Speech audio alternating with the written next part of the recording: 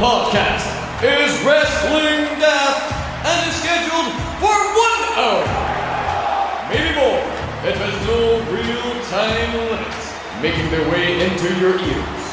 First, from a place called Barneston, he is the Pyramid. Rab It's going to be the funniest show ever because I'm all about the comedy and the money, baby. How much you gonna pay? And his partner, the top end of Stevenson. From Mexico City to Beef Community Centre, I've got stories that are going to blow your mind.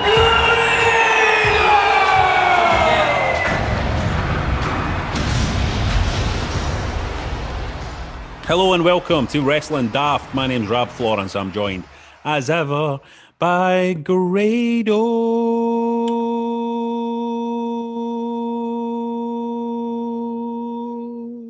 Rob, how are we? How are the kids? Good. How was that introduction for you? Was it good? All right. Let's kick this off by saying big news has just broken at this time of recording just now that the Big Show Paul White has joined AEW, and we have realised that by singing the Big Show's theme last week, we have caused them to jump ship. Seems like we've got some kind of magic power there, Grado. What do you think about that? I thought you said you didn't care. I says I didn't care when we were off air, mate. We knew that we were on air. I have to pretend to care. But you're right, you did say off air. Why did they not just, you know what I mean? Why did they? I wonder what his theme music is going to be. I bet it's generic jobbiness. I bet you. I mean, you know, when this goes out on Friday, we're recording this on Wednesday. It's a bit annoying because it would have been good to get to see the day. I don't know what he's got to do. I can't see him wrestling much, do you? No, he's not wrestling, is he? Is he not commentating? Is he? I think so. All right. It's garbage. I think it's a commentary role he's came into. He was winding down his wrestling career anyway. You might have seen him in a sitcom on Netflix. Yeah. I think it was called something like The Big Husband or something like that. What was it called? Which I don't know. So I think he's going to be called Paul White on AEW. Paul White is going to be called. Well, you think of this, John? You'll be loving it, eh? Well, why would I be loving it? I don't know. Just can't imagine you going. The Big Show. Know what I mean? John, you are a Big Show fan. You're one of the biggest Big Show. I met him once. I met him in Harrods. You go first. No, you didn't meet him. No, you didn't. How did you meet him in Harrods? First of all, what were you doing in Harrods? Let's get at. To go and meet at the Big Show. Were you and Big Show involved in Princess Diana's death? No, because Was this I was in my Uncle Jimmy's bed when Princess Diana died. You were in your Uncle Jimmy's bed? Aye. Okay. And I always remember it. He came through to wake me up and went, Graham, Dodie Al-Fayed has passed. Did he see that? I was like, was this before Diana had passed? Aye, he went. Because we heard about Dodie first, didn't we? Aye, he went, Dodie Al-Fayed has passed, Graham. And then I woke up in the morning and then the wireless had all the mad, sad tunes on. And I was like, what's happening to Dean Park? How's West Sound known? And then my gran was obviously there at the time when she said Diana passed and all. So did you? So wait a minute. And then I watched heard the sad music. First of all, you thought it was Dean Park that had died in Paris. No, I was just wondering why Dean Park wasn't on the air because he had usually been on West Sound at the time. Right. And then I actually watched Princess Diana's funeral in my dad's bed. How weird is that? That's weird. If you can see, we're joining the dots here. August 31st, 1997 is when she died. So Princess Diana died and the news of it knocked Dean Park off the air. Well, it's true what they say about a silver lining to everything. I'll tell you, you're at it. You've got something against these radio jokes. Let's see what the punters are saying today. Hey, big shout out to Karate Warrior 2 for pointing out that one Mr. Mike Bennett, pro wrestler, put over Grado big, actually, on Conan's podcast. Would you like to hear it? Oh yes, can we let the listeners hear it? Is that something that's going to happen? Listeners hear it as well. Let's is this what it came to? Is this what let's hear Mike Bennett putting over Grado on Conan's podcast. Have you heard this yet, Grado? I sent you. Of course he has. He's fucking sent it. He's listened to it 10 times. I think we need to approach it from the sense that There's tons of different types of wrestling. To me, there's only one wrong type of wrestling, and that's just bad wrestling. And I think we've all seen bad wrestling to know what it looks like. I mean, some of the greatest, like Grado is one of the greatest comedic wrestlers I've ever seen. And I would watch him all the time. I would watch Okada wrestle Ibushi all the time, you know, like, and I'll go and I'll watch Stone Cold Steve Austin versus The Rock all the time. Well, that was really nice, Grado, wasn't it? You getting, and it's true that you're the best comedic wrestler working the day, Mike Bennett. Don't work. I know, but when you were a wrestler, I'm saying you were the best comedic wrestler of the lot. Oh, fucking hell, Barry. Impact put up a Instagram post on Saturday night. It was when Drew debuted. I'm sitting there wrecked Saturday night. I need to stop doing that, sitting myself. I look at all the comments, man. Fucking Grado. What else? Grado was a failed Dixie Carter idea. Oh my God, I remember Grado. Let's forget him and all this. I got absolutely fucking slated for a big fucking bunch of VLs, man. Were you raging? Oh, fuck them. They don't. I've been to one of them and I thought, I'm not getting involved, man.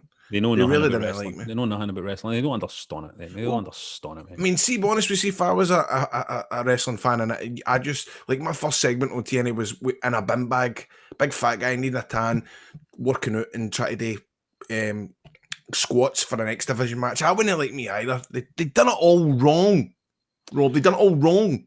Yeah, but anybody that has, but this is the thing that pisses me off, and this is something I'm going to be talking about later in this show to some length. The WWE can put on British wrestling shows on its fucking WWE network all at once, but it is not telling the proper story of British wrestling on there. That's very frustrating. And they should really be hanging their head in shame. I'll be talking about this later, but I just kind of feel if you were to go on there now and look at the British shows that are on there, there's no attempt made there to tell the story of British wrestling or to build a proper picture of the history of British wrestling, even the recent history of British wrestling. So they're really, I can see you, WWE. I can see you. I see what you're doing. Following on for the chat about worst wrestling themes, sexual harassment. What a fucking name that is, man. Sexual harassment on Twitter has went one further by trying to rank the worst Titantrons. Oh, number one, it says Gregory Helms, sunglasses and head tilt. Quite like that. I quite like the theme to that. Big Vito, where he shadow boxes, then morphs into the letter T. Nunzio, his personal favourite. Funaki, if you're no epileptic, you will become one. Watching that Titantron, he says. And Taz, the million Tazes all walking. Do you remember that one, Grado? I know the only thing I remember with the Taz Titantron is we snide the tattoo. Here, Viva La Hazy got in touch and said that John's attempt at the Big Show's entrance theme last week was more like Lulu singing Shout than the Big Show. Right, John, he's just joined AEW. He's another attempt at it. I go to again, John. Now I come to think it was, because I mean, maybe that's where they got inspiration for Shout, like the Big Show's theme, because it starts obviously, Lulu starts. Yeah, well, yep. Right, okay. Right, here we go. I'll try this, right? Because obviously Toby was on last week and told us how to do it properly. Hold on. He said put rasp in your voice and go up and then keep it down, don't it? Right, okay, here we go. Well, that's a bit better, isn't it? It's a bit better. You're John. That was actually not too bad, to be honest with you. Just a segue, I went and asked my brother for some opinions on the Big Show signing for the AEW. If you want to get this. Right, okay, I'll get his opinions here. Who the fuck is AEW? Never heard of it. And as long as it's better than that fucking god-awful shit programme he was in, because that was fucking dreadful, but good on him, but I've never heard of AEW. Good on him. Well, I mean, that's something Tony Khan has to think about, the fact that, and that's something I'll be talking about later as well. Talking singing after Grado's rapping last week and singing a week before, there's been a surge here to get Grado to sing more wrestling themes, especially after Bronze Cello posted up a clip of him singing with Jeff Jarrett, which happened at ICW, didn't it? That was ICW, wasn't it? Jeff Jarrett and you having a sing song. That was 2 years ago. Oh, no, sorry. He thumbed up in the Square Go 2 years ago the night, which was also the night that I split up with my girlfriend after 13 years. But I digress. Grado, Scotty has asked you to sing. I mean, you're not going to be able to do this. John Cena featuring Mr. T, Bad Bad Man. Do you remember that? I fucking right, I'll be able to do that. Your boy's a bad man, and we invading the streets, make him a couple. They be dropping the heat, shook the world like I'm standing alone. I fleet fools like I'm clamshell, sell your phones. You can't hold your never head to the track. Fuck the water down rap, we be taking it back. Give it through you straight, ain't no chasing it. Check yourself in the mirror, ain't no facing it. Cause you playing a role like you're planning to fall. That's a master plan, we got the planet in hold. We all over the streets like your favorite sneaker. That's amazing, mate. Brilliant. Breaking up your sound like a drive-through speaker of thing. I be spitting the strong.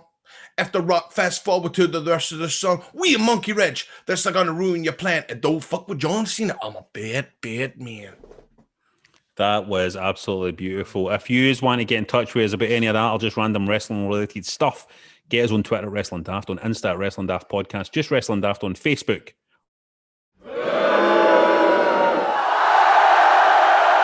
Every week we like to separate the good for the bad.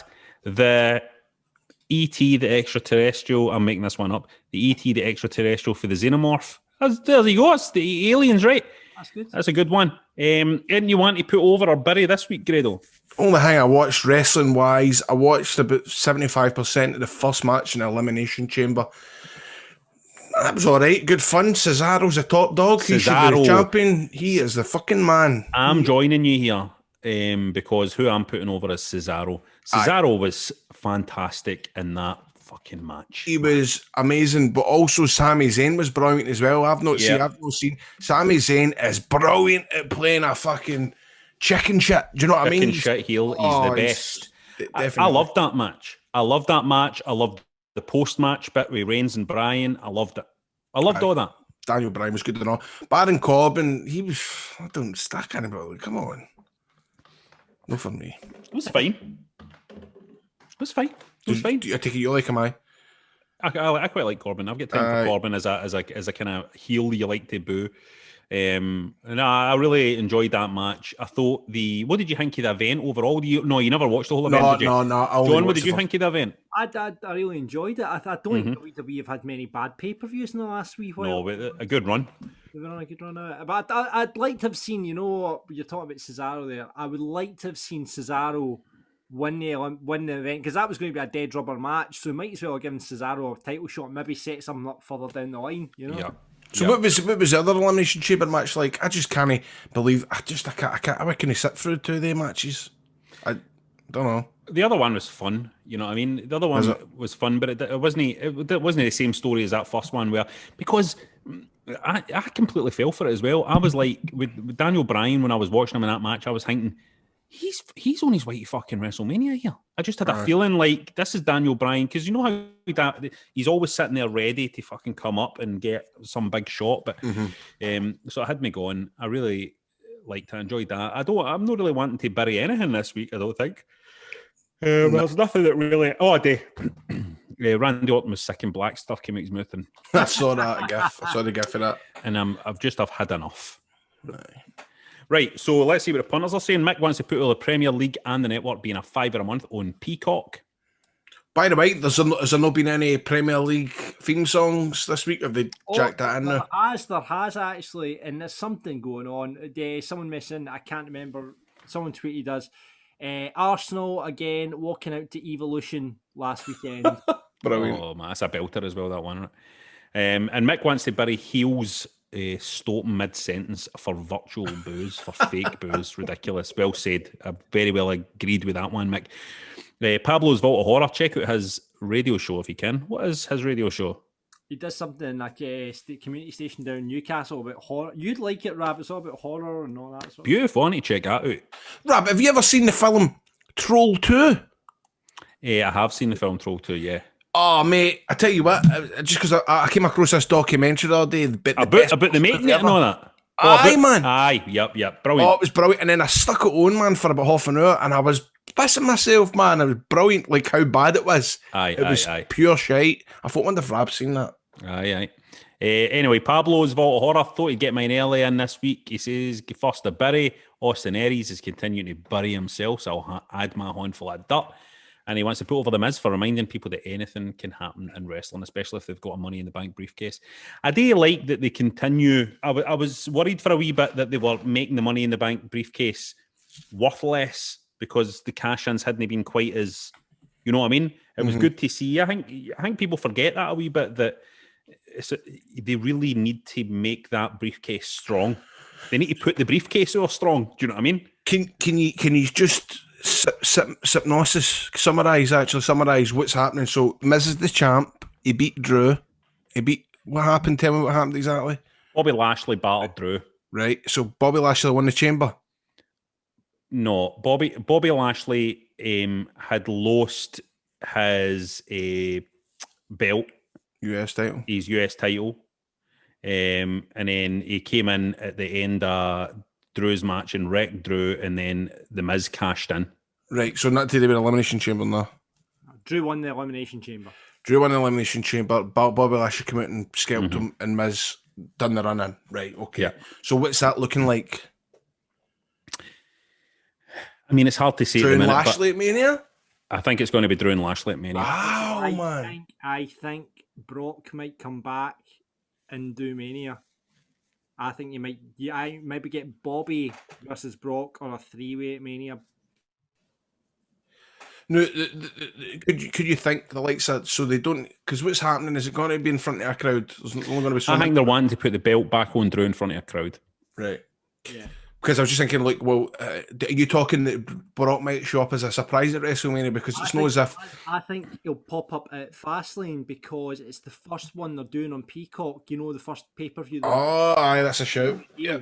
So they won't be pulling a big audience, and I bet you he shows up like the Raw or something before, and then you put him on at Fastlane, and you know there might be something there. Leading up to this. I think Miz will lose it. I think it'll be Miz versus that Bad Bunny guy at WrestleMania. Aye. Is that? Well, I think almost certainly. Has he been wrestling this Bad Bunny? Well, he's been jumping off turnbuckles and all that. Mental. He's not been putting in a shift like I did at Kelvin Hall. No. He's not been putting in a proper shift. You were great, man. John wants to put over, John. Elimination Chamber, good pay-per-view, but not the best. Also, the Spycraft documentary on Netflix, worth a watch. Oh, what's that? that? Do you think it's documentary Daft shit on here? Oh, I like this talk. Right, Spycraft, I need to check that out. Tiger Woods documentary was good. Loved that. I spoke about that last week, didn't I? Yeah. Sandy is putting her, while you're looking at the docs, Sandy's putting her The Miz finally winning the WWE title. Might not last long, but he's won it before. Might not last long, but Lashley... Spycraft's only had 6.8 in the IMDb. Don't listen to IMDb. Might not last long with Lashley destroying everybody, but it's most deserved. And he wants to bury the inconsistency of the booking of the Fiend Orton feud, dragging it out to the max. No, I did enjoy it to begin with. It's boring. Yeah, I mean, obviously it's going to be Fiend Randy Orton at WrestleMania, right? But fucking why? Derek wants to put over The Miz, deserves another run with the belt, one of the best talkers around, probably a short run but well deserved, and wants to bury Shane McMahon coming back. Not because of Shane, but why? What's the story here? Jason's burying the SmackDown Men's Elimination Chamber match. He's burying what we were putting over. Come on. If the whole point was to have Reigns squash whoever won, then why not give the win to Cesaro? Oh, there we go. We go. The guy's highly unlikely to ever get a main event spot, so he should have gotten the win for his own personal gain, have a solid 2 to 3 minutes with Reigns before taking the big L. And he wants to put over the Raw Men's Elimination Chamber match. Solid for contestants. Finished with Drew again. AJ the Claymore mid-air was fantastic. Lashley and Miz segment also great. Big fan of the heel Miz. Hopefully it isn't just a transitional to Lashley. What else we got? Pablo wants to put our Bad Bunny on Saturday Night Live. He's pretty funny. Could do good things if given the chance. Pablo, really? Big Bad Bunny fan. And he wants to bury tag teams in the WWE. No tag team title matches on the... You know what? Like, the tag team division in the WWE is just desperate, isn't it? Yeah. Willie doesn't want to jinx it, but he's preemptively putting our WWE finally putting the title on Big Bobby Lashley. Well deserved. He's on the run of his life, and he wants to bury them if they don't do that. He has got his heart set on Bobby Lashley versus Big Brokey Lesnar for the belt at Mania. So don't fuck it up, Vince. So there we go. Lots of buries and put overs there. Get in touch with us if you want to share your opinions on the big wrestling stories of the day. Now you can get more Wrestling Daft content at patreon.com/Wrestling Daft. This is how you support the show. If you're enjoying the show, if you enjoy the chat, if you want to enjoy the chat for many more months to come, why not join us on Patreon? You get more content. We've set up 3 tiers which you can choose to get involved with at patreon.com/Wrestling Daft. That's the address. Tier 1, Cruiserweight Champion, $4 a month. On that, you get patron-only chat community, ad-free versions of all the episodes, early access to the episodes, random bonus content, the video version of the Marks podcast, voting what you want to see featured in the list of Wrestling Daft, and for the Marks Fantasy Booking Island. And Tier 2, Intercontinental Champion, for all you wonderful people who pay $10 a month, you get everything in Tier 1 as well as video version of the podcast each week. That's our one. Bonus episodes that have just went up include WrestleMind, the Buzznocks quiz. We did a quiz, a wrestling quiz with the Marks, and the Dafties 2020, where the Marks look back at the best and the worst of the last year. And you can also join our Patreon pay-per-view party. Shout out to all the guys who got involved in the Royal Rumble one there and in the Elimination. Did we do an Elimination Chamber one? We didn't. No. Oh, we didn't do an Elimination Chamber one. We'll be doing one. We'll be back for Mania. We're always there for the big ones, let me tell you. Tier 3, World Heavyweight Champion, $20 a month. This is for the high rollers. This is for the Ted DiBiase's out there. Everything in the previous tiers, as well as a free Wrestling Daft t-shirt. Yeah, design your choice. Sign up for a minimum of 3 months and you'll get that. And get to feature on one of our shows as one of our Marks. I'll do a run-in on the show. Come and talk to us. Be one of the team. Be one of the Wrestling Daft stable. So if you fancy that and become one of our patrons, sign up now. Patreon.com/Wrestling Daft, as we would love to welcome you to our stable. It's the part of the show where we invite you, the listeners, to do a run-in. Ask Grado to sing a song. Ask Rab his thoughts on The Fiend.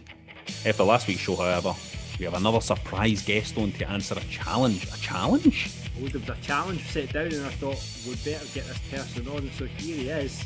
Who did the challenge? I can't remember any of this. Did you challenge somebody to a fight? Grado. Oh, yes! Wow, man. That's a long time. Here he is. This is It's brilliant. Rudo himself. Well, it's a big show. Huh? There it is. Yeah. No, How you doing, man? How you doing? Very good. I've had stage fright almost about doing that. Have you It's been years. practicing all week? Nah, I done it once and then I just went, you know what? Let's just go for it off the fly. He's caught me out, but because I'm pretty sure the version I sang was the new version, which was the which is a bit different. I can't tell the difference between any of them, really, can I? Oh, I can. I know what you mean, the kind of metal version. No, with the It's a big show. the old one, he goes, well, but Aye. the new one, it goes, well, it's a big show. All right. That's good. That was Huh? pretty good. What a man. date. What a day to be discussing this. Aye. I know. Wow, Huh? man. He's You're right. made the jump. We just spoke there. Grado got in touch with his brother to find out his take on. He's who we always go to when it comes to big show stuff. We always go to Grado's brother. He's getting the idea who AEW are. He's like, I don't know who that is. So, how are you feeling about that big move? It's interesting because obviously for a long time there was talk of WWE doing Shaq versus Big Show. Mhm. And Big Show more recently said that that was still his dream match, but obviously AEW have signed both of them now. So they're going to That's- have that in AEW now as opposed to Mania, which was rumoured that was going to happen. But It's got now to they're gonna- happen now, right? That's got to happen now. That's the bit. That's the two bit. Well, I guess the ability is what, like the two biggest athletes in the world or something against each other. Yeah. It would get mainstream press, The definitely. two yeah. old guys. They should market it as the two old guys against each other. I think, Andy, the new you look like a 2001 Rick Steiner with his beard, you do, and also which That's a is pretty cracker of a beard, by the way. That's a Aye, It's cracker. like there's a a better chin- than there's mine, a chin man. under there. You know, there's been stuff been happening. You know, been a lot Stuff- of eating going on in that. I you know, man. Lockdown has been murder for fucking eating butt, innit? It's Oh, I like- know.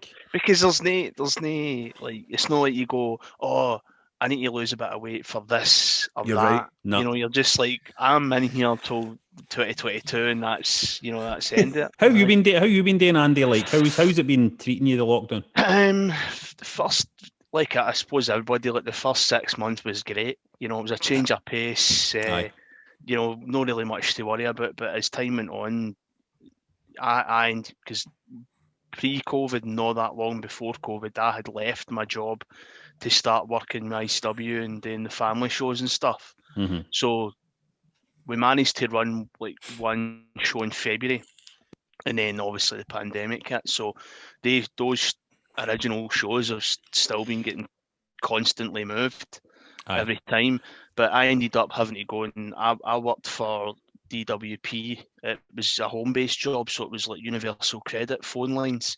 So it was helping a lot of people that were needing benefits during the pandemic and stuff like that. So done that till New Year. So I'd done that right through. So I was basically working from my room for like 40 hours a week from May till December. And then I started college in January, so I'm doing like a sports development course to get me into Nice. university. So I've What'd you want to decided be? to. Well, there's a lot of different things that you can do with that. PE teaching potentially could be something that I can look at, and I'm really interested in. It's a bit boring to people that don't really care about it, but like it's performance analysis in football. So the guy, you know, you collect all the data and you deliver it to the manager, and the manager breaks it down and it helps them, like the number of passes and the number of shots and all that kind of stuff. So that's kind of where I'm going with it. I'm kind of going right through the uni and that to maybe get it's 5-6 years down the line for now by the time I've done all that, but I don't know what wrestling. I mean, I don't know if I'm going to be wrestling. Still following the 40. Jags? Aye. So what is the deal with your involvement with ICW and stuff like that? And what's going on that front? On the back burner, obviously, with the family stuff. So I've just been rescheduling that as need. I'm hoping that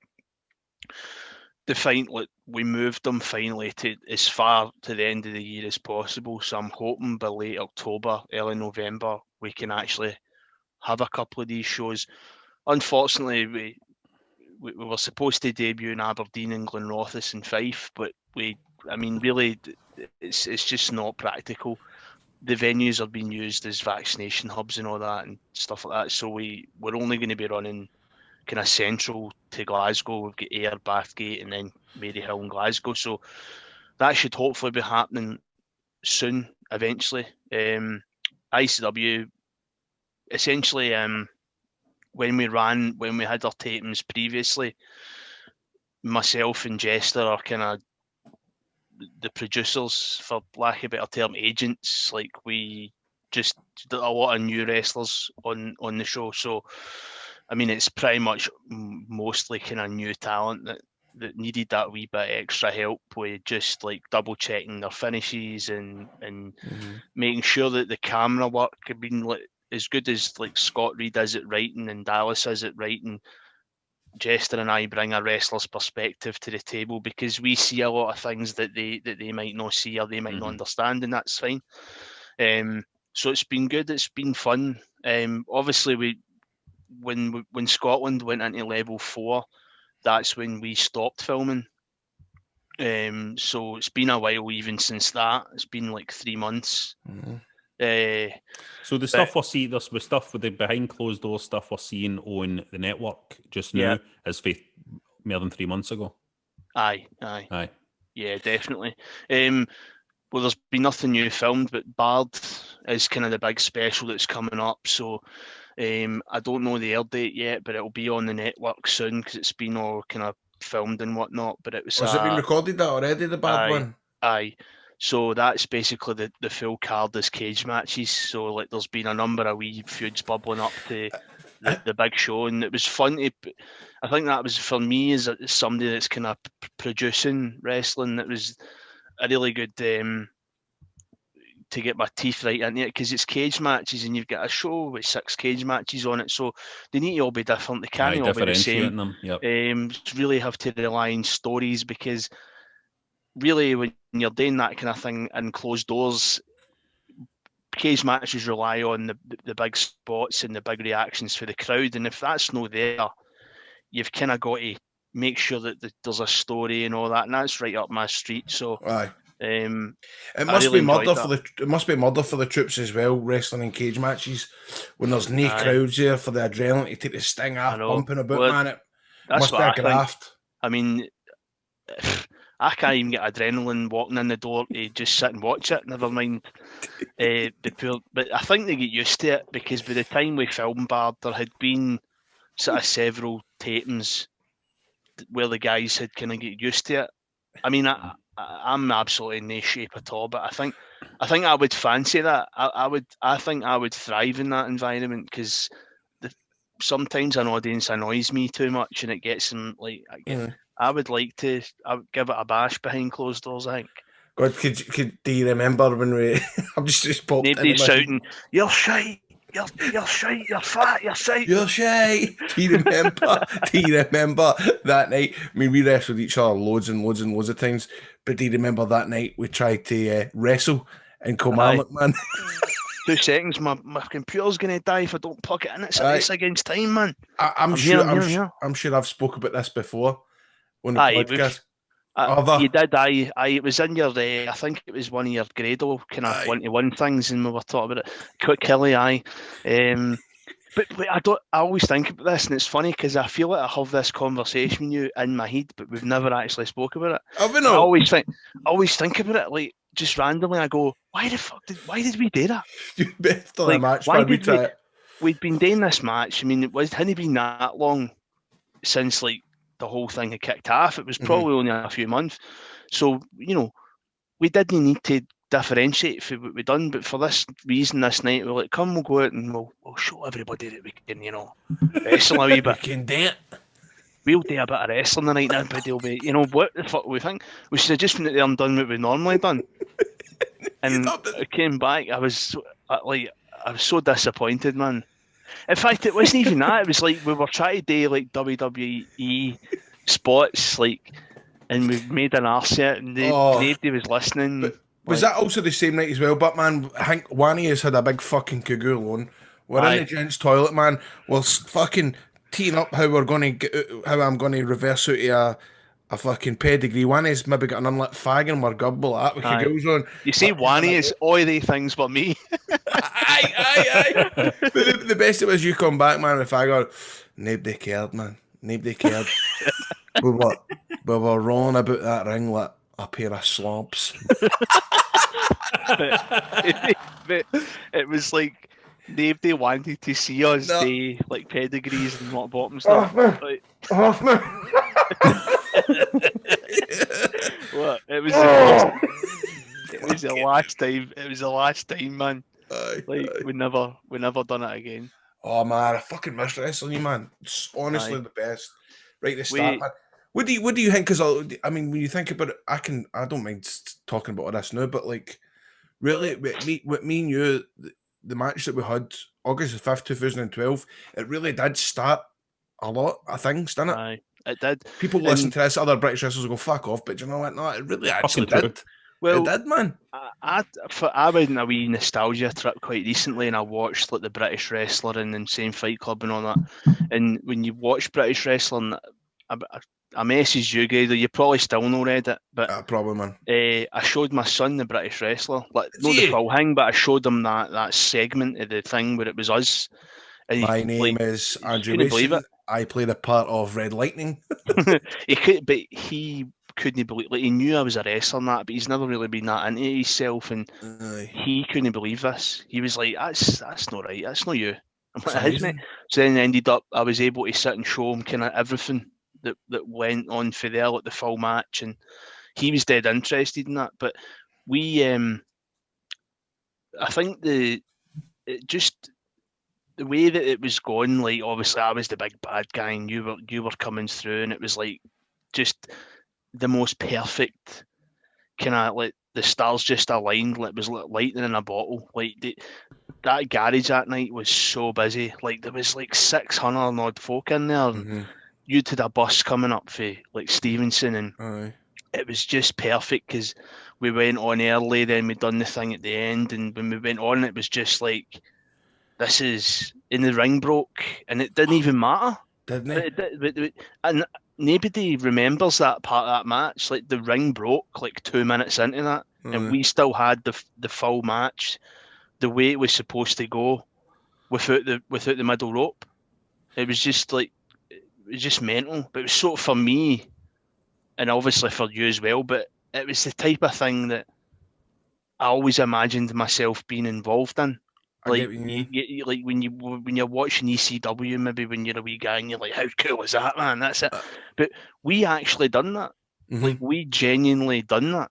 And sometimes when you get a bit down on your wrestling and you get a bit down on yourself in wrestling, because there's highs and lows, but you've always got to look back at that and go, we actually done that. Like, that was like, there was everybody in that garage that night was bursting to see this match, and there's not a lot of matches of, there's been interest in this guy versus this guy, but the people were heavily invested in this, like, because they were so invested in you as the good guy, and they absolutely hated like, they hated me so much, and they wanted you to win so much because they just couldn't stand me. And the fact that obviously it was kind of an angle, but when you won and it was like, he's actually, it's like, the wee team beating the big teams, so to speak, like, in a sport. It was just I'll never forget the reaction, like, at the end and all that. It was just, was that your favourite time in the ring, Andy? I'd have to say so. I mean, I don't even think anything comes remotely close to that. I mean, the Hydro, I mean, SEC with Foley and that, but that wasn't a match for me. It was obviously one of my favourite moments, but in terms of an actual match, there's no way that I could even pick something that would be anywhere close to that. But that was a kind of situation you dreamt about, right? When you were younger, you dreamt of being in a situation like that, and dreamt when you were training and when you were coming up, you were dreaming of a situation like that. No, right? See, if you're dreaming now, right? If you allow yourself to dream now at this moment, we're here in the middle of this pandemic, we're sitting, because you're still a young guy, right? You're still a young guy. What's a new dream for you? I know you're talking about stuff. You're making smart decisions for like a long-term career for yourself and stuff like that. But what's the dream now? A new dream for me, or it's always kind of been a dream for me. I would just like a good solid run. Like, I can't sit here and go, I'd love to sign for WWE. I'd be lying if I didn't. But the reality of that for me gets further and further away as years go by. Like, we're sitting here now, it's 2021.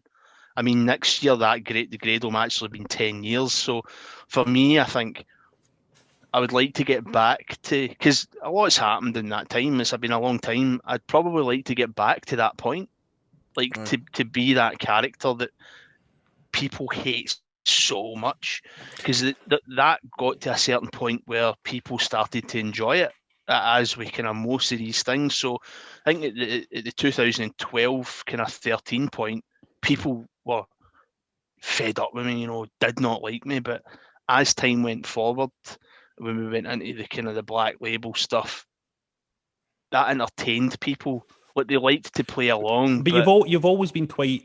I've always felt that you're a really unselfish wrestler. I would say so. And I kind of feel like you've spent a long time, I think, kind of lifting up other talent and supporting other talent and helping to put other talent over, whether that's on the mic or whether it's like managing them or or working with them. Do you feel like, like you say, time is passing, it is 2021. Do you feel like maybe you should be a bit more selfish when things start back up again? Potentially, I feel that, and people have told me this as well, that I could maybe be a bit more aggressive about, my business side of things in terms of, but me kind of putting people over and helping elevate people.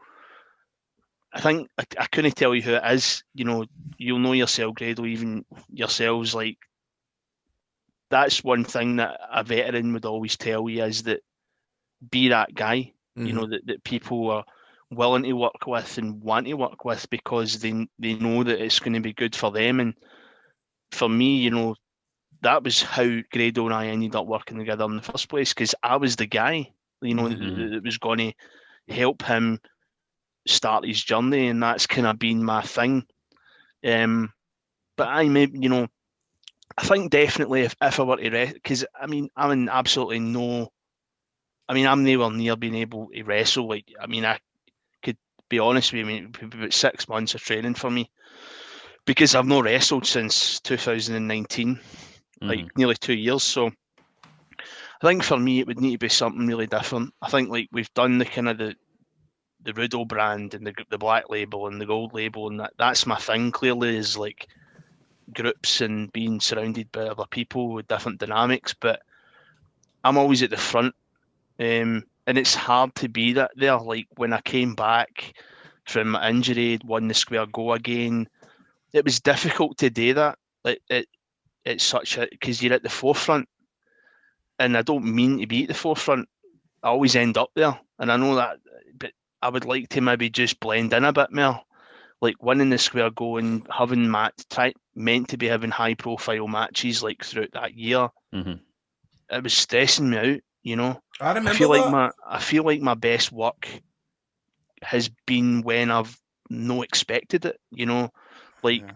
We didn't expect the Grado phenomenon just kind of happened, and we weren't really expecting it. It wasn't something that we'd planned. It was just something that happened naturally, and it was the right thing to do.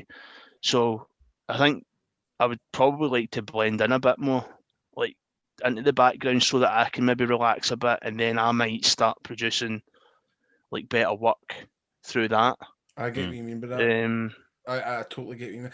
Because you're both in quite an interesting position, I think, because I mean, you're both, I suppose, got to think about how you re-enter the stage when wrestling kind of comes back, because in a sense, what you said earlier is completely true. It's like, you know, I watch NXT UK now and stuff like that, and you see, you know, and you see the kind of progress influence there and all of that, right? And then obviously there's ICW talent involved and stuff like that.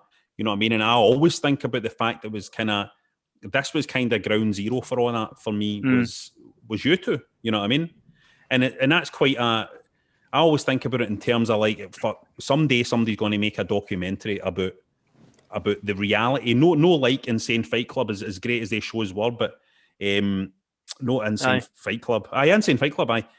No, as great as they were, but I mean like a genuine documentary about the story of how British wrestling went from being kind of out of fashion and kind of just kind of hanging on to suddenly being the big thing with the buzz again. You know what I mean? And used to will be central to that. And I just kind of feel like there's a fucking third act. I feel as if there's a third act now. Do you know what I mean? And it's interesting that you two guys are kind of, you know, you haven't been picked up by the WWE. You're only, you know, you're only there. You, and because of that, I think the weird thing is, because of that, you two are probably cooler.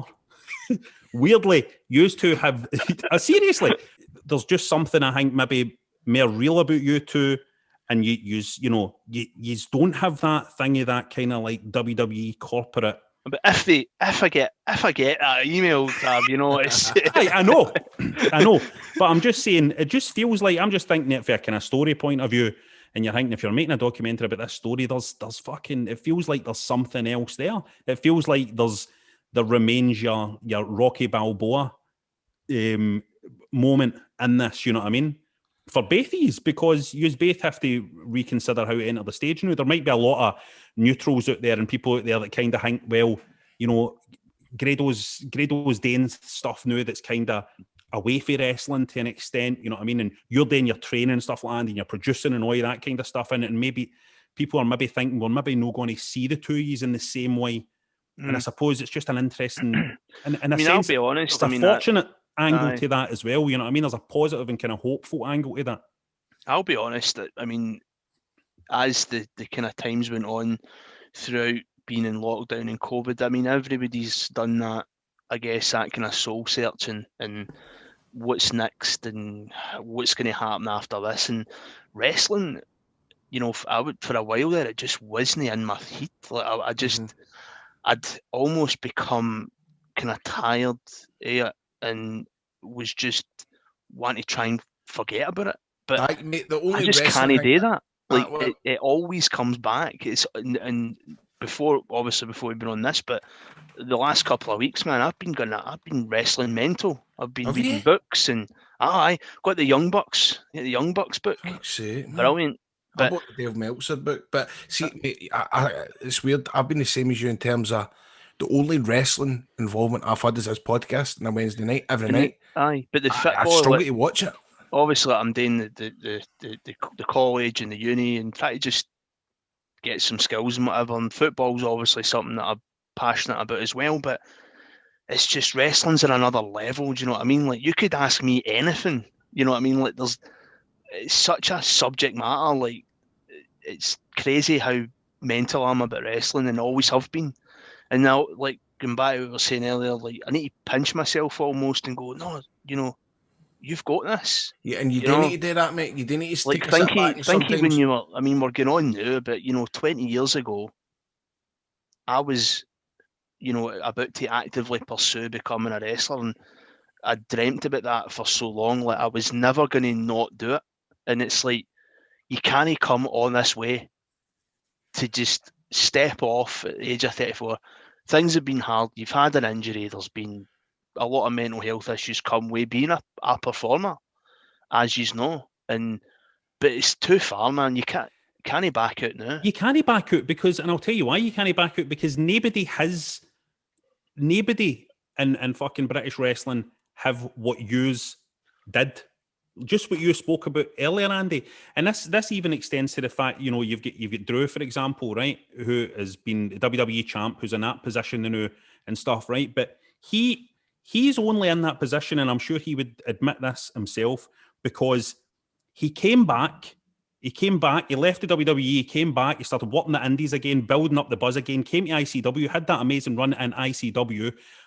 Way Grado in the ring, and that environment that was there in ICW wouldn't have fucking existed if it wasn't for what happened with yous too at that fucking point at ground zero. It wouldn't have happened. I'm not going to argue with you, Rab.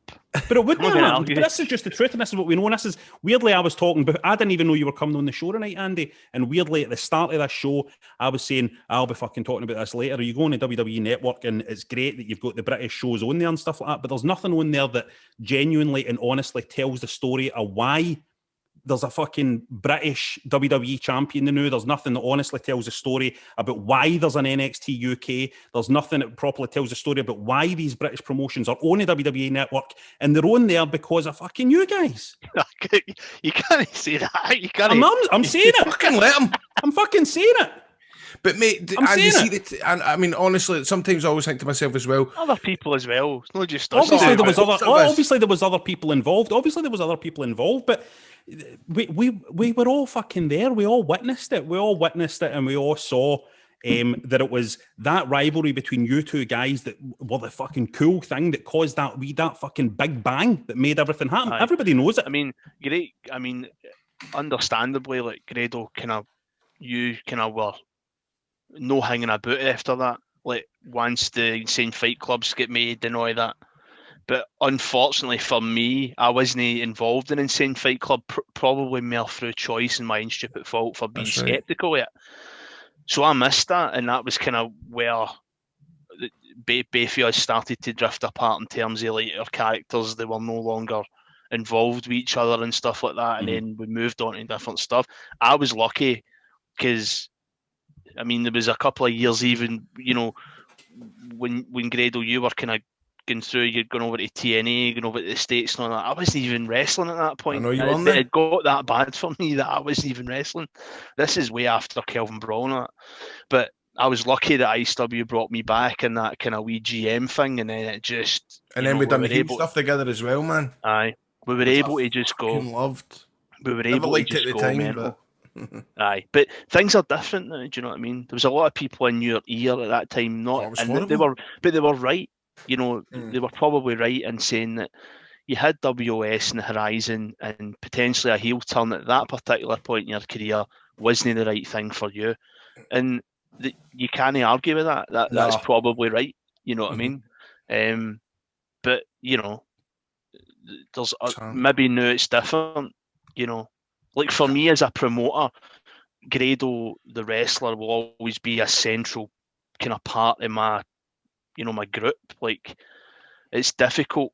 I would say, like, you need that. I think, like, you need that kind of top line guy. Like a Cena, like you would be you're the Scottish Cena. I reckon that's his way as well. I remember when ICW were doing the tapings and that. It was during the lockdown, and I know we were talking about going back, and I was just like, I just don't feel it's right, because there has been that length of time where I've not been on there, and I just feel going back, like I need to. I never made the best job of protecting my gimmick, my image. Certainly in the last couple of years, say my wrestling run. So no, it needs to be done right. It needs to be for the right idea, the right thing. It can't just me turning up and cutting promos, and Aye, but it needs to be also done right, man. as ICW's audience evolved and everything else within the company evolved, it became less of a place where you would see Grado, the Grado character. It's like people have done that. It's hard to do it again, but then your thing for me is like the family shows and the kids and they enjoy watching you and they'll always enjoy it, and the parents love it, and it's I think wrestling, the kind of adult wrestling scene now, is too many people are, they're looking for the ring hings, and they, each to their own, but people aren't really there to invest in it as much as they were, back in 2012, 13, when it was something fresh and new. I think that the audience has changed massively. They're more interested in, the kind of all elite wrestling kind of style of matches and stuff like that, and they're big into their technical wrestling and stuff, and that's just what happens. But it's weird. But it would be hard in this day and age to do what we done. I know. Back then. You know what I mean? Like because it was, mate, because I'll tell you something, right? Because see how in 2012, I always think this as well. At that point, you're right. It was we were gravitating to proportion of young adult fans who maybe watched the wrestling on the telly. They'd watch Raw on a Friday night and stuff like that. And then when they started going out and they grew up, they grew away from wrestling. And then when they seen us coming and we were cutting promos and we didn't have an American accent, but it wasn't embarrassing, it wasn't cringy, and folk were like, wow, man, what is this? It was different. This is getting, in our match in 2012, ICW was drawn anyway, right? ICW was. But ICW was a draw. However, that night when we wrestled, I felt as if it was one of the first ever times in British wrestling in a long time. Fans had paid money for that match. They were coming to see that match, and that wasn't really what was happening back then. And even then, when you think about the wider scale, everything back then, the production values, the video editing, everything was a lot less kind of vibrant and professional as it is now. Like, we never had a video package, but it was brilliant when it was raw. Like, it was fucking walking at YouTube. There was something cool about that. It was just filming on filming on your phone, like your Sony Ericsson phone, putting it on YouTube, and that was it. Like, and then kind of even Twitter wasn't really a thing back then. No. It was weird because it just caught this. I think for that, I mean, everybody takes the the credit for certain things, but I specifically remember me at the end of, I think the night you done the 6-man with Drew McDonald and Wolfie and that, I can't even remember who I read. That might have been the night I won the belt. No, I didn't. It was my first show as the champ, and there had been a big carry on. So I remember it at the end of that show. I approached Dallas and I asked him if I could wrestle you. I was saying you need to do me versus Grado, and it took a bit of not at that point. Like, obviously, I said he would think about it, but it took just a wee bit. I can try to convince everybody that this is the right thing to do, and I was comfortable with that because it was like that was my ideal scenario. You know what I mean? Like, you're coming in, I'm having to try and maybe at that point kind of lead the match a wee bit in the story and try to get all that right, because obviously, which is rare for British wrestling, which again is something that we were lucky at. That was that there was a crowd there that were ready to react to every single thing we done, and they were there, you know, before the. And that's what you're going back to saying about like people paying to see the match. Like on a show, you can have two guys wrestling each other, and they'll be very, you know, the crowd will take to them, and they'll bite on what they're doing. But we had already done that. By the time by the time your music hit and my music hit, the crowd were there, and that's the most difficult part in wrestling, is getting that investment from the audience. Once you've got that, you're absolutely on not easy street, but every single thing we done, like, you know, we waited a wee while until we took a bump, and the first bump was like, yes. Aye. And just the way that it was all placed, and everybody was just going absolutely mental, and it was gratifying, like for me anyway, to get that kind of, because everybody in the locker room was interested in it. You know, everybody wanted to watch it. Everybody was watching it. Everybody was excited about it. It wasn't just us, you know. The roster and the management, they were excited, and it was kind of, for me, my first kind of time where I thought to myself, like, you're actually not all right at this. Like, do you know what I mean? Like, you've actually done this, like, you've done a pretty good job here. So, aye. This is a big to be continued, boys, because aye. Yous have got a We lot. talk I about think yous have Kelvin got a lot Brown. to talk about, you two. Yous have got a lot to talk about, yous two. We should maybe do that one. Because yous are in quite fucking similar, you know, positions. Like thinking about how do we come back? You know what I mean? What is the next step? What is the third act? And viewing it like that, like a big fucking broad story. Because, you know, it might be, you probably should fucking remind people where it started. I mean, personally, and I'd said this before the lockdown and stuff like that, like, if I was in charge of an NXT UK and I was wanting to run a live event schedule, Grado would be an important part of that puzzle. You know, in order to travel the UK and promote live events and have that kind of person that you can bring people in to watch. It would be, I mean, I don't know how you would do on TV, Grado, but I'm not a TV wrestler. but the live event side of it, you know, you're that right. Aye, you're like, totally right, mate. that would definitely be what I would say. But then I don't make the decisions, unfortunately, yet. But the Perrys have got a brilliant wrestling mind. I've not got the mind for the way yous have. Yous have always had that. Yous have always been at a different level of how to tell a story and stuff like that. Because I've never been quite at the races there with all that kind of stuff. And I've always said yous should be involved in stuff, British wrestling, how whether it's writing it, producing it, dealing with the troops. It's beggars belief why it's not happening. It's to be continued, boys. Listen to us, man. Yeah. Why Let's are keep we our no powders signed? dry. Why are we? Let's keep our powders dry. I'm better It's than shocking, him. but you should be signed. No, you should be signed. He couldn't even write his own address. Listen, see, the only one that shouldn't be signed is John. You shouldn't be signed, Well, John. John's awfully quiet. He doesn't do much. No, does he's he? sitting there Fucking like half asleep. He's half asleep. You see when he does. See when we do this. You see he's recording an at this AEW time of fan? night? Terrible. He'd be the man Well- going, watch this going, this is shit.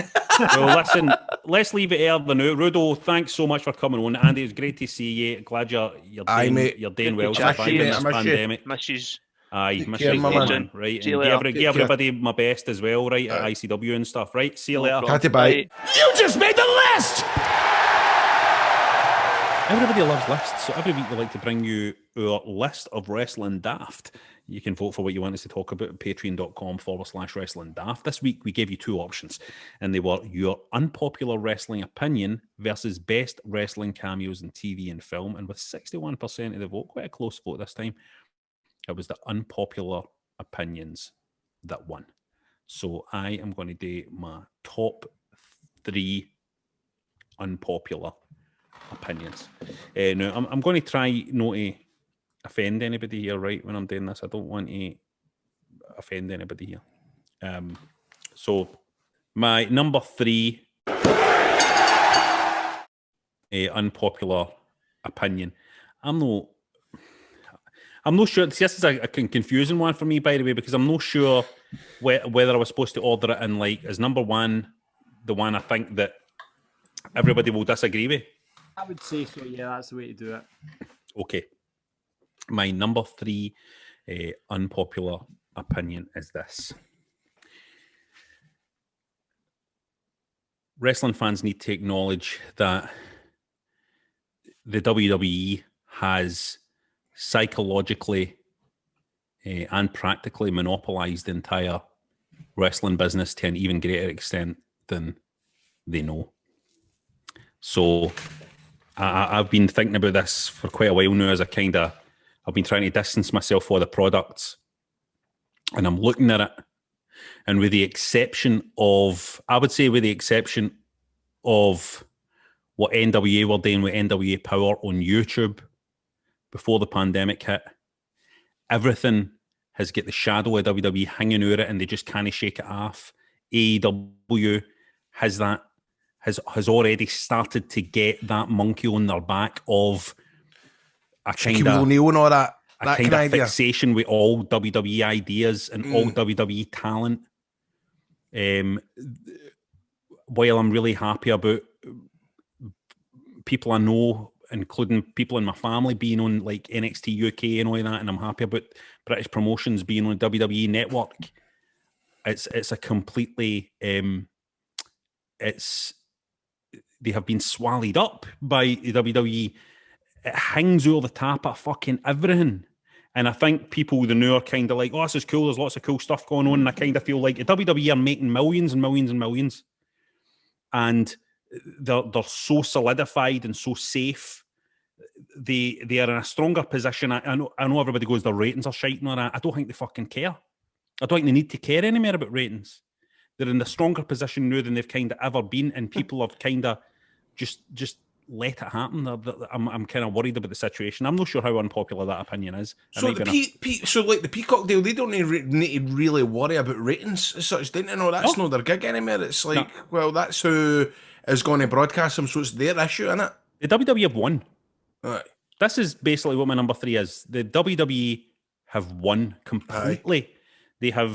They have dominated all the indies. They've dominated all the scenes that were rising up.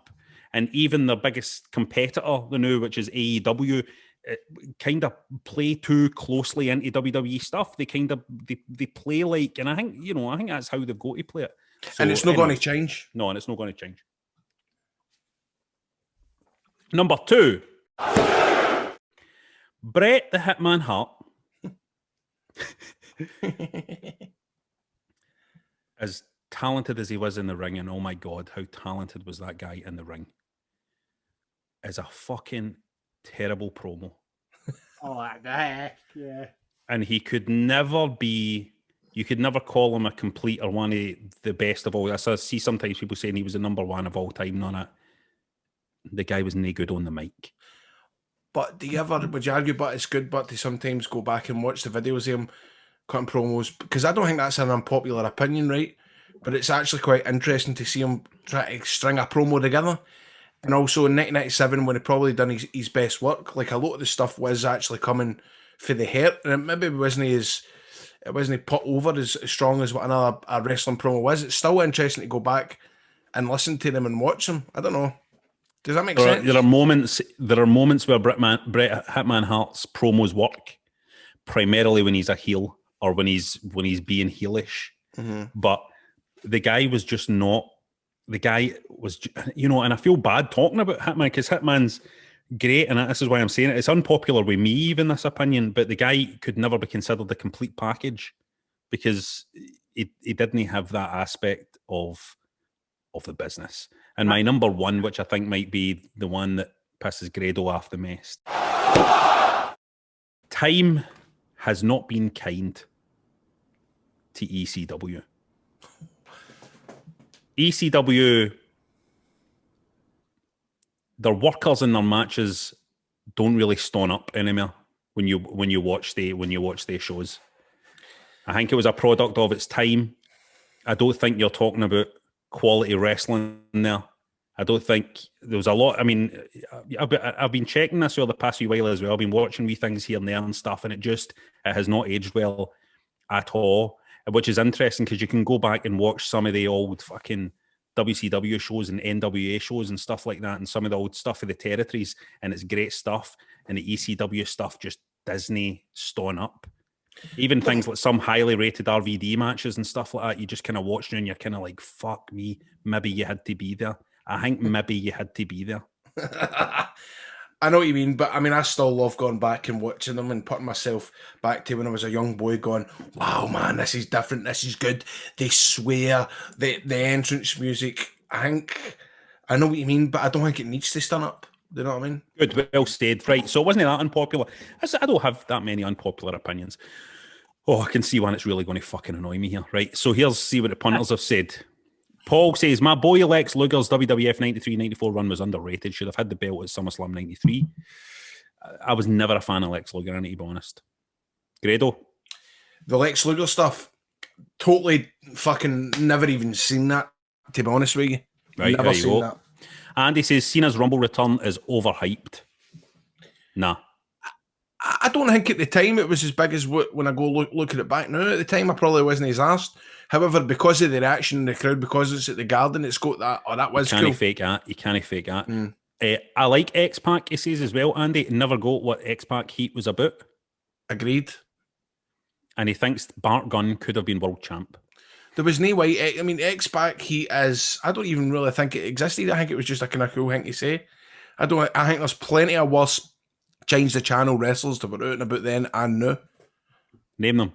Well, I likes of the Miz. I kind of get into the end of the Miz does. I watch that and I go, that's man. Talking about the fucking champ there. I know, but it's just civil it's not for me.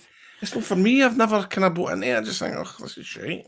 Scott says Cesaro and Ziggler both have been pushed correctly. Neither are top of the card main event stars, good mid-card guys, and that's it. That's maybe an alright shout. That's not an unpopular opinion, I wouldn't say. I think that's fair enough. Callum says ICW wrestlers shout and swear too much. Agreed. Agreed. And I've probably been guilty of it myself. I remember the amount of times that I sent ICW promos to guys and they would go, you just need to cut out that swearing, man. What's the crack? But I think it's got to do with a lot of it's got to do with inexperience. Remember those guys going out there that don't have at the time, I mean, I know they've got producers and stuff like that now, but at the time it was a matter of, right, go out and cut a promo and this is the point. And it's that easy to be in the moment to start swearing. It is. That's my opinion. But also people need to remember as well that it's a Scottish product. It's a Glasgow product and we swear. True. We swear all the time. Ryan says Shawn Michaels is very much overrated as an in-ring performer. Don't agree with that. No, that's a popular opinion. That is an unpopular opinion. I hate that opinion. I hate it, Ryan. Can I give you one you'd hate even more, Rab? Yeah, tell me. Have you better not saying about Mr. Perfect? No, I'm not going to say about Mr. Perfect. I think everyone says Flair's one of the best. I think promo-wise, absolutely. I think in-ring, nah. Oh, come on. Do you know what? But see how back in the day, but do you know that all the old guys hated Flair because he done the same, what they felt he done the same match in every territory, and it was basically exposing the business because he done the same match everywhere. But I love, man. You go. I love watching the old Steamboat matches, the Chi-Town Rumble, which was apparently like 30 odd years ago, or 34. I don't know, man. Flair's different. Even look at, as an example, even just look at Ric Flair's performance in that retirement match against Shawn Michaels, which is just one of the greatest fucking in-ring performances you'll see for anybody. I'm not having it. Do you know what people were talking about recently? And I agree. You know what Disney got a lot of mention? Fucking Steamboat's run in 2009. Wow. Aye. So you go back and watch Steamboat's run then, man. I can't remember. Was it Jericho he wrestled? He done a couple of kind of freeways. That doesn't get anywhere near the fucking. If Ricky Steamboat with the talent he had been a white guy, do you think he would have been a much, much bigger star than he was? Obviously, he was a very, very popular wrestler, but do you think in that fucking old school racist world that wrestling was back then, do you think if he was a white guy that could deal with that, it would have been a different story than Ricky I spent Steamboat a bit of time with Steamboat, man. He wasn't exactly the most what do you call somebody that's not racist? What could I was saying the guy who was racist, man, but he was a bit like listening to your granny, your papa talking. Do you know what I mean? Kind that way. They were all school, these boys, right? Lee says the Authority era was the highlight of the 2010s. Hated watching it at the time, but compared to now, where I feel indifferent to 95% of the roster and struggle to get excited for Mania and the Rumble, I feel like pure shite. Just want corporate Kane and J&J security back. That's funny. Yeah, I didn't mind that stuff. Jamie says John Cena is an all-time great. 5 moves of doom talk is a lot of shite. That's not an unpopular opinion. No, I think that's I think I agree with that. Maybe. Yeah, he is an all-time great. He is an all-time great. I mean, what else can you say? Graham says Rusev is worse off in AEW than he ever was treated in the WWE. I agree with that. I think I agree with that as well. At the minute, I don't like how he's. I don't think he cares, but I don't like what's happening there. But I think the guy's having fun, and fuck it. Get to wear his Gucci trackies and all that. And Nice to Wrestler says WWF in '95 was superb. The rise of Shawn Michaels to the main event, Bulldog in the title picture, proper women's wrestling, getting a spotlight, Brett in top form against guys like Hakushi, Pierre Lafitte, Diesel, etc. There were shite bits, King Mabel, for example, but overall, I loved it. I think you're right there. That was a really, really interesting period, or a new blood stuff, good, or a new talent coming up. Pedro says Japanese wrestling is hard to watch. Agree to some extent. Sometimes I remember, but as a young boy, I'd get the DVDs for all the world. I'd get your American Indies, I'd get your British wrestling, and sometimes the Japanese wrestling was a graft. And I think even trying to watch that, the what do you call it, the dome shows, they're a bit. I'm with him in that one. What I do like is I like the comedy stuff that likes Kikataro and stuff like that. I love that. I love him. I think that's superb. Graham says Jim Cornette slagging current wrestling is more entertaining than the actual wrestling. Agreed. I when I go to my work in the morning, I either listen to a Rangers podcast or I listen to Jim Cornette. And whether you agree with him or no, whether you think he's racist, he's this, he's that, it's fucking so entertaining. This week he had a lawyer on, his mad lawyer, Stephen Pino, and he was dissecting all of Joey Ryan's legal issues and what he's gone in court. And I'm sitting here going, I love all this shit. I love it. I know you don't give him like a day, but it's entertaining, man. It's so entertaining. Chris Scullion says, I want to see Brawl for All return with the current WWE roster. How good would that be, by the way? Who would have a shot of... Imagine they did Brawl for All. They should do Brawl for All, and the winner of Brawl for All fights Conor McGregor. How fucking big would that be? How big would that be? Imagine they did Brawl for All again, and the winner fights Conor McGregor at WrestleMania. That would be the biggest fucking match of all time. Who is the hardest fucking WWE now? Who would win it? Cesaro would be up there, eh? Cesaro would be up there, I think. Aye. Bite your nose off. No one's going to be able to fucking go near Braun Strowman. Oh, Braun Strowman? Don't know, man. All that kind of greeting and all that. I don't know. Roman Reigns can handle his cell, right? Aye. Yeah. Roman Reigns. Big Roman can handle his cell. Because he's a good-looking guy. What? Sorry, John? Baron Corbin was a boxer before he entered wrestling. Yep. What's boxing got to do when I'm jumping about your head? That's Brawl for All, though. Just punching. That would be interesting. I might need to email Vince about that. I might need to email Vince and say, listen, they Brawl for All again. You need to see the dark side of the ring, Rab, with Brawl for All. It's fucking brilliant, man. It's sad, man. They Brawl for All. Winner fights Conor McGregor at WrestleMania. Fucking biggest thing ever. They should do a women's Brawl for All. And the winner fights Ronda Rousey. Aye. Christ. What about that? Who would win a women's Brawl for All? Nia Jax. Nia Jax. You love Nia Jax, John. Hey, day, man. You love Nia Jax, you know what you're talking about. You're always going on about her. I know I can, but I think we are quite a Nia Jax positive show, aren't we? Mm-hmm. We're always quite supportive of Nia Jax. Grado, do you have any unpopular opinions before we moved on? Just I think wrestling's shite now. Woo! Right, we've got loads of gear so you can look the top dog while sitting in the house. Your designs including the mark is here with a quote pick of the wrestling. Start again, mate. This is fucking ridiculous, mate. Right. Wrestling Daft merch. We've got a load of gear so that you can look top dog while sitting in the house. The designs right now include "The Mark is Here," with a picture of the Wrestling Daft belt, Wrestling's Kid On, and the immortal quote from the immortal Hulk Hogan: "Good night, Hulkamaniacs and jabroni marks without a life that don't know it. A work when you put a work and work yourself into a shoot, Marks." That's on a t-shirt. Put the classics on. How dare you? Come on. I'm a take the bump for you. Chips, Cheese and Donnaby and Margaret, they're the Fiend.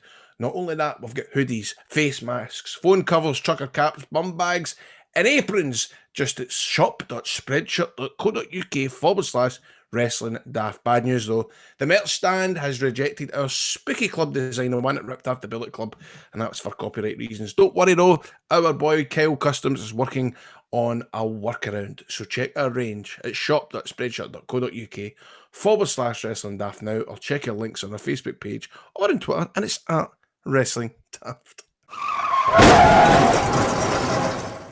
We all have that one story in our locker that we break out when we're trying to impress somebody.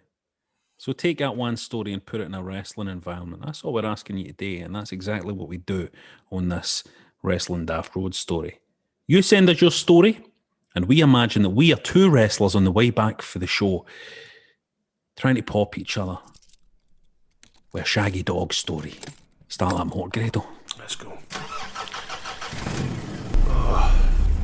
Stop after the garage for some vape liquid tonight.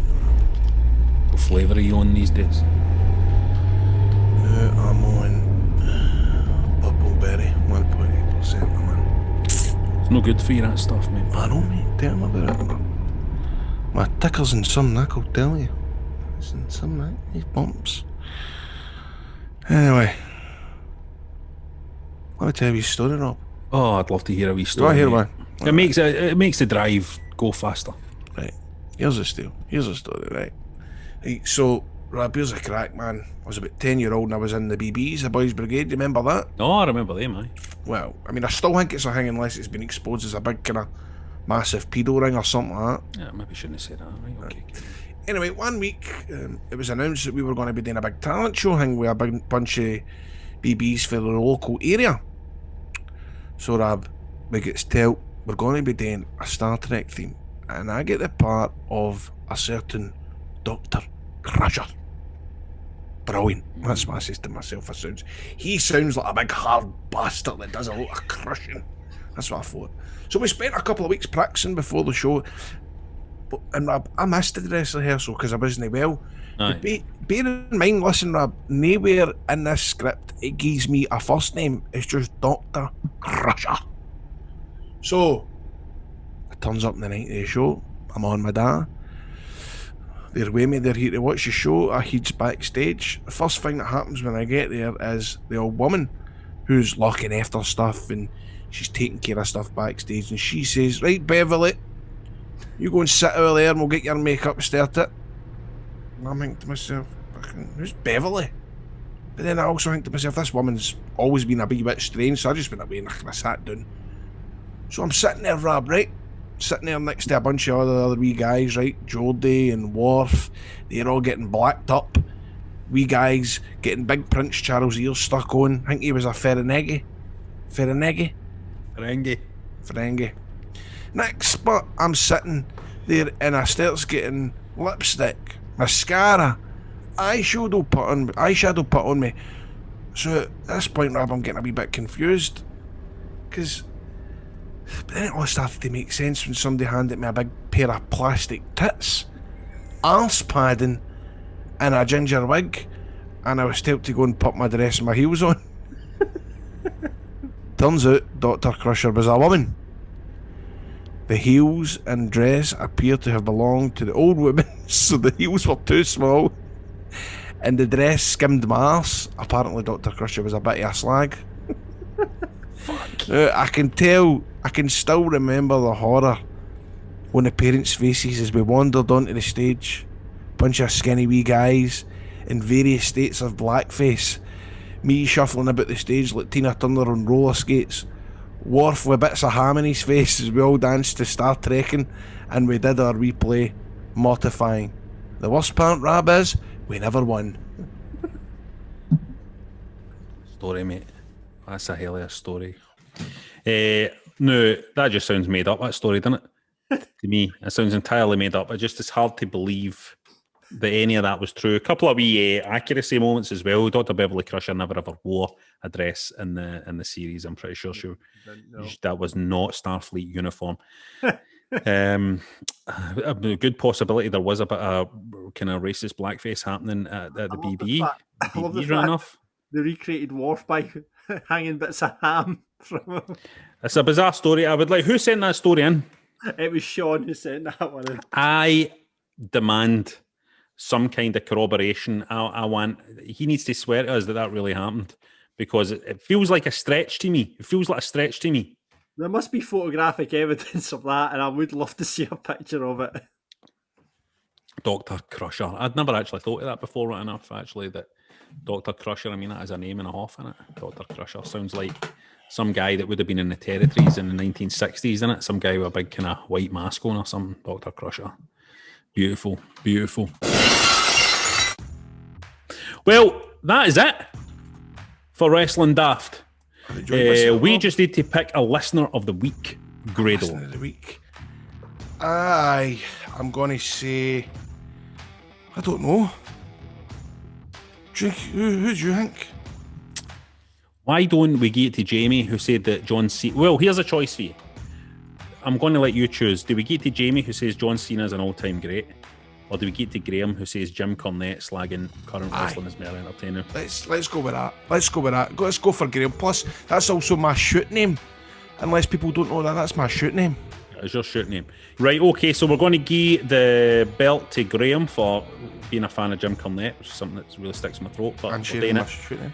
That's it for Wrestling Daft. Please rate, review, and subscribe on Apple or get us in wherever you get your podcasts. Mind for more content and for the video version of this show, get on board at patreon.com/Wrestling Daft. And why not check out our merch at shop.spreadshirt.co.uk/Wrestling Daft. Buy some merch, join the Patreon, use your money. Thank you so much for listening. We'll see you on the next one. So, of course, I'm getting tagged because the WWE Performance Centre have released names of the 20 people who have just signed for their biggest ever intake. And there's a female who's signed, and her name is Taylor Grado. Her name's Taylor Grado. And I saw this before I came on. Grado spelt how? Grado. Grado, aye. What? Mm-hmm. You can't do that. Taylor Grado. Is that a real name? I think that's her shoot name. Type in Taylor Grado into fucking Google. Taylor Grado. That's what, like, if Taylor Swift married you, that's what her name would be. Taylor Grado. There you go, mate. So should we talk about this next week, guys? Taylor Grado?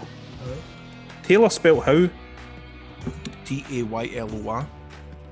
This is an incredible thing to happen at the end of an episode. I know, man. I should have brought it up, but Taylor Grado, WWE. I mean, you've got to get signed now as a brother, right? As a long lost Scottish brother, it's going to happen. Fuck knows, man. Apparently she's in Evolve and all that. Carry on. So there you have it. You're Niso Kenner. Wow. There we are. It's your cell, Grado. Well, maybe it's no your cell. Taylor's your cell now. What are you looking at, John? What's the deal? I've got to say something else. Breaking news. Mick Foley basically tweeted out, wishing the very best to my friend Paul White on his signing with... He meant to put AEW, but he's put Andrew Ewing for Cowdenbeath, which is the SNP MP for Cowdenbeath. What? Fuck off, man. Why is everything happening now? Hold on, Brett. Let's see. Why is this happening? Tagged. He's tagged an SNP MP. No, mate, this is brilliant. It's signing with. That's amazing. Sarge. Congratulations to wishing the very best to my friend Paul White on his signing with Annabelle Ewing from Cowdenbeath. No way, has it been deleted now? That's so funny because he also says, I'm guessing the big fella thought he'd done all there was to do in WWE and that he still had some gas left in the tank. Annabelle Ewing? Why is it? They don't listen to this bit now. You know that? And Mick's then also said a follow-up saying, my apologies to Annabelle Ewing for Cowdenbeath for any unwanted attention from my last That was my autocorrect. Oh, what, man? That's hilarious. There we go. Nice way to That's funny. Nice white end. Nice white end. Taylor Grado and a bit of Cowden beef. Up the road, Grado. Up the road. Up the road. That's your sell. Chatty bye. Audio Frontier.